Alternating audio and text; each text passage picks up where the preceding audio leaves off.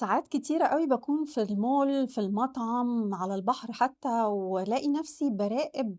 أمهات كتيرة صغيرة، وإزاي بيتعاملوا مع أولادهم، وإزاي بيتفاعلوا مع ردود أفعالهم، وإزاي بيوجهوا لهم الكلام أو العتاب أو النصح أو كذا. وبالاقيني باقول بيني وبين نفسي أنا كنت كده زمان، أنا كنت كده باعمل نفس الغلطات دي بدافع الحب، بدافع الخوف، بدافع الأمومة.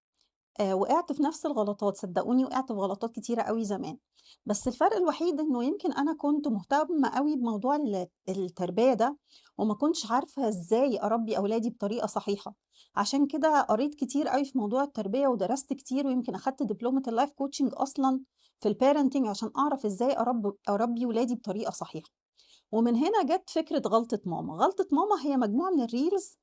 اللي هتيجي بشكل يومي تقريبًا،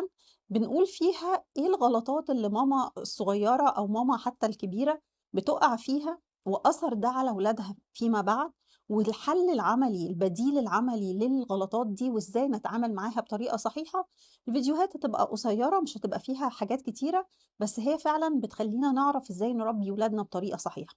أنا مش هنا عشان أقول ماما دي بتربي غلط أو هنا ماما بتربي صح، على قد ما أنا باقول الحاجات اللي ممكن تخلّينا نتعلم ونساعد بعض. غلطة ماما هي يعني خلاصة التجربة بتاعة السنين الكتيرة في التربية،